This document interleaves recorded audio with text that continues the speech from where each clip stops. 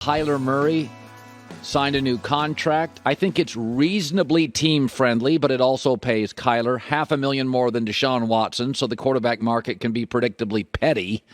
And with that, Chris Sims joins us. You know Chris, 8 years, Dad Phil.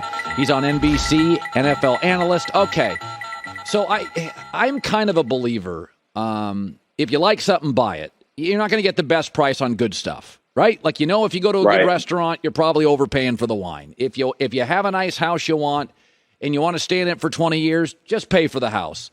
And I look at Kyler Murray's contract and I'm like, Arizona was irrelevant without him. They're relevant with him. I don't even care what they pay. I don't even know if you can overpay for Josh Allen or Kyler Murray. Can you?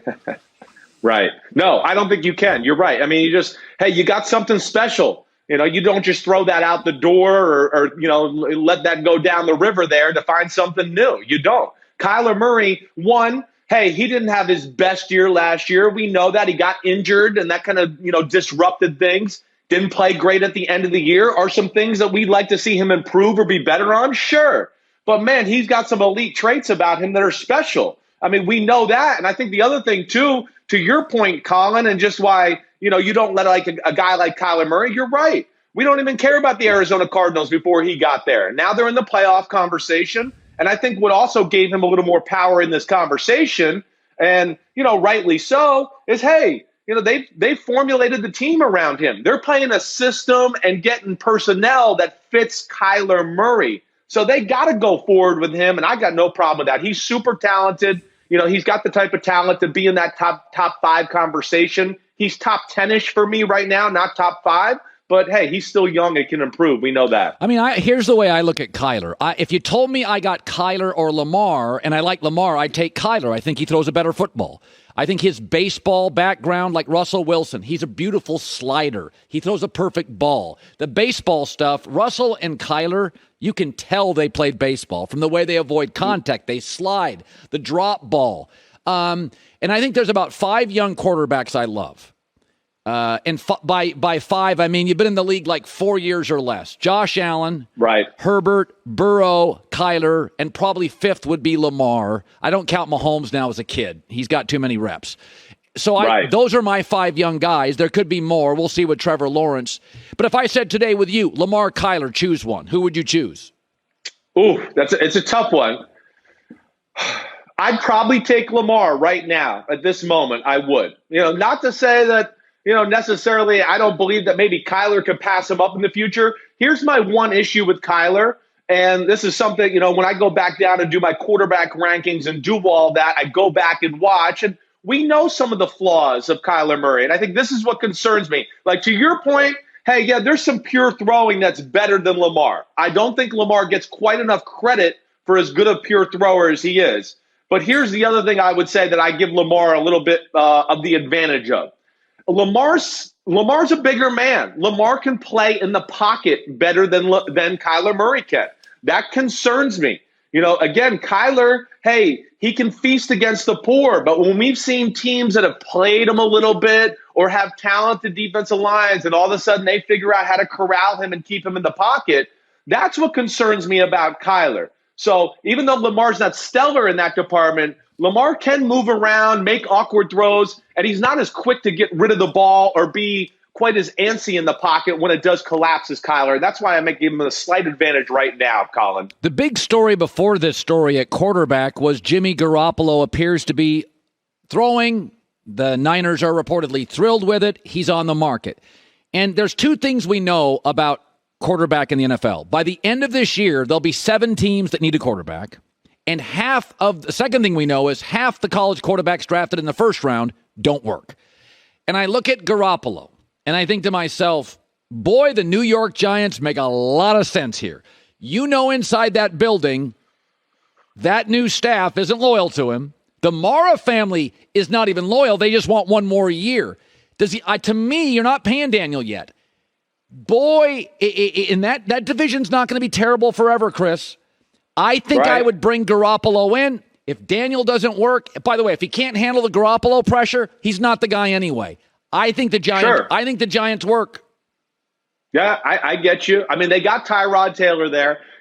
I think the Giants wanted to work with Daniel Jones. He's got a lot of things to like about his skill set that are still franchise-ish traits, I think, where you can build a team around it. Let's not forget this. With Daniel Jones, it hasn't been like he's been in one of the worst offensive lines in football. It's been the worst offensive line in football. It's not even freaking close the last 3 years. They can't do crap up front. So it's hard to play quarterback and really evaluate, in my opinion, what Daniel Jones is. To me, he's not the problem with the New York Giants or their offense. That's what I'll say. And, Colin, what I would also say is I really think Daniel Jones has a higher ceiling than Jimmy Garoppolo. I don't know what Jimmy Garoppolo is. Jimmy Garoppolo's solid. He's around the top 20-ish quarterback in football for me right now. He's not special. He's been fortunate to be with two of the best offensive minds in the game, and McDaniels and Shanahan, who just serve up easy silver platter completions for him all the time.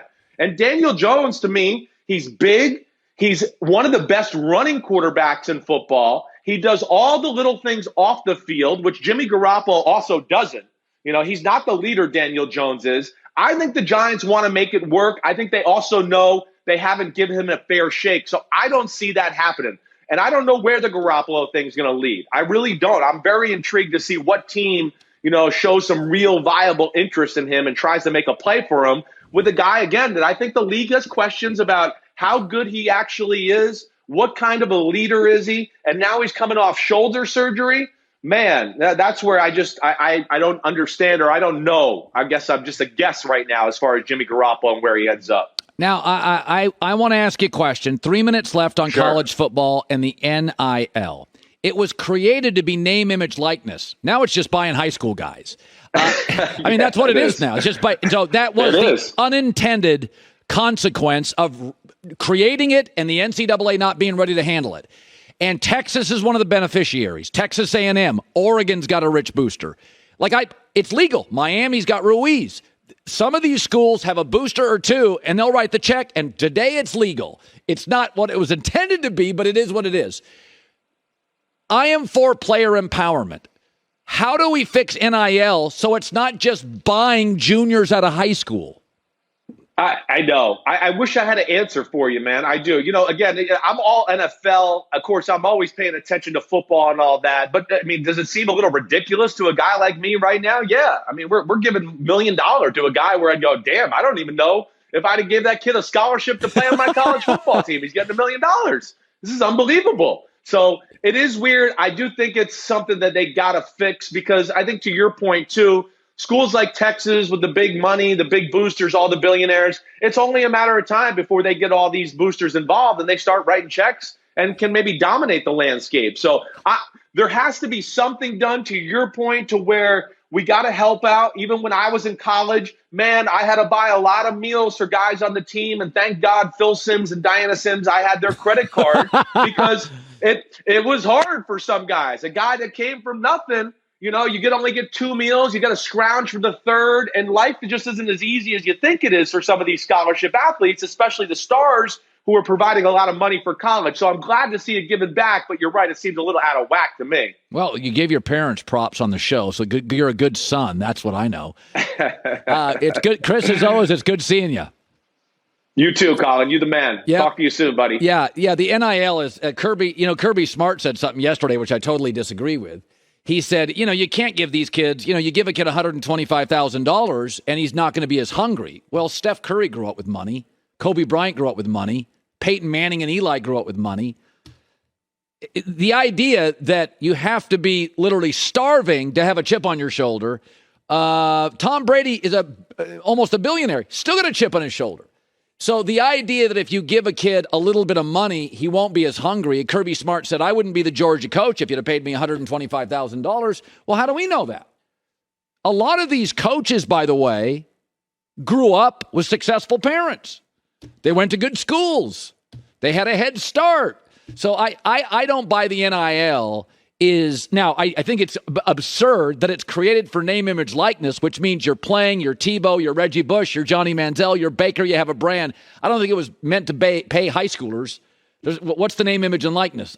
But I don't think that paying them will make them less hungry. Now, some it will. But, Mike Krzyzewski had a 10-year contract at the end at Duke, he was still the feistiest guy in college basketball. I don't listen. People are either hungry or they're not. There are poor kids that aren't hungry. They don't want to be something great. They just want to live in the moment. And there are rich kids that are the same way. Some people are really driven. I don't think there's any socioeconomic connection between if you get 100,000 early or don't. I'll argue this.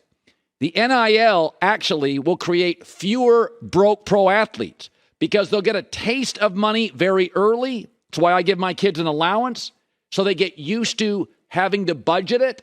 And so if a kid blows through his college money, by the time he gets to the pros, he's like, whoa, that stuff runs out fast. I'm going to be more responsible. I think there's a benefit to the NIL long-term to the athlete.